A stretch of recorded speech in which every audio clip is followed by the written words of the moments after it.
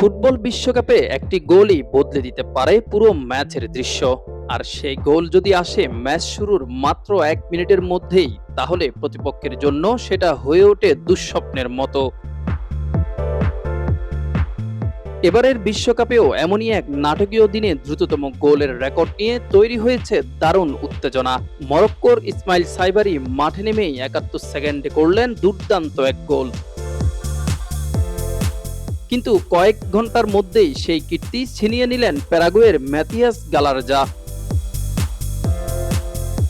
স্কটল্যান্ডের বিপক্ষে ম্যাচে শুরু থেকেই দারুণ খেলেছে মরক্কো। খেলার ৭১ সেকেন্ডে ডান প্রান্ত দিয়ে বক্সে ঢুকে দুর্দান্ত ফিনিশিংয়ে গোল করেন ইসমাইল সাইবারি। ওই ১-০ গোলের ব্যবধানেই জয় পায় আফ্রিকার দলটি। বলের দখলে আধিপত্য দেখিয়ে গুরুত্বপূর্ণ ৩ পয়েন্ট তুলে নিয়ে সি গ্রুপের শীর্ষে উঠে মরক্কো।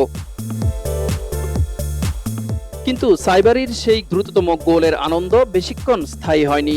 একই দিনের শেষ ম্যাচে তুরস্কের বিপক্ষে মাঠে নেমে মাত্র ৬৫ সেকেন্ডে গোলের দেখা পান প্যারাগুয়ের ম্যাথিয়াস গালারজা। ফলে চলতি বিশ্বকাপের দ্রুততম গোলদাতার তালিকায় নিজের নাম লেখান তিনি। একদিনের ব্যবধানে নয়, মাত্র কয়েক ঘন্টার মধ্যেই রেকর্ডের হাত বদলের এই ঘটনা বিশ্বকাপের ইতিহাসে যোগ করেছে নতুন রোমাঞ্চ। তবে গালারজার এই কীর্তিও বিশ্বকাপ ইতিহাসের সেরা দ্রুততম গোলগুলোর কাছে এখনো অনেক দূরে। সর্বকালের দ্রুততম গোলের রেকর্ড এখনো ২০০২ বিশ্বকাপের তুরস্কের কিংবদন্তি হাকান শুকুরের দখলে।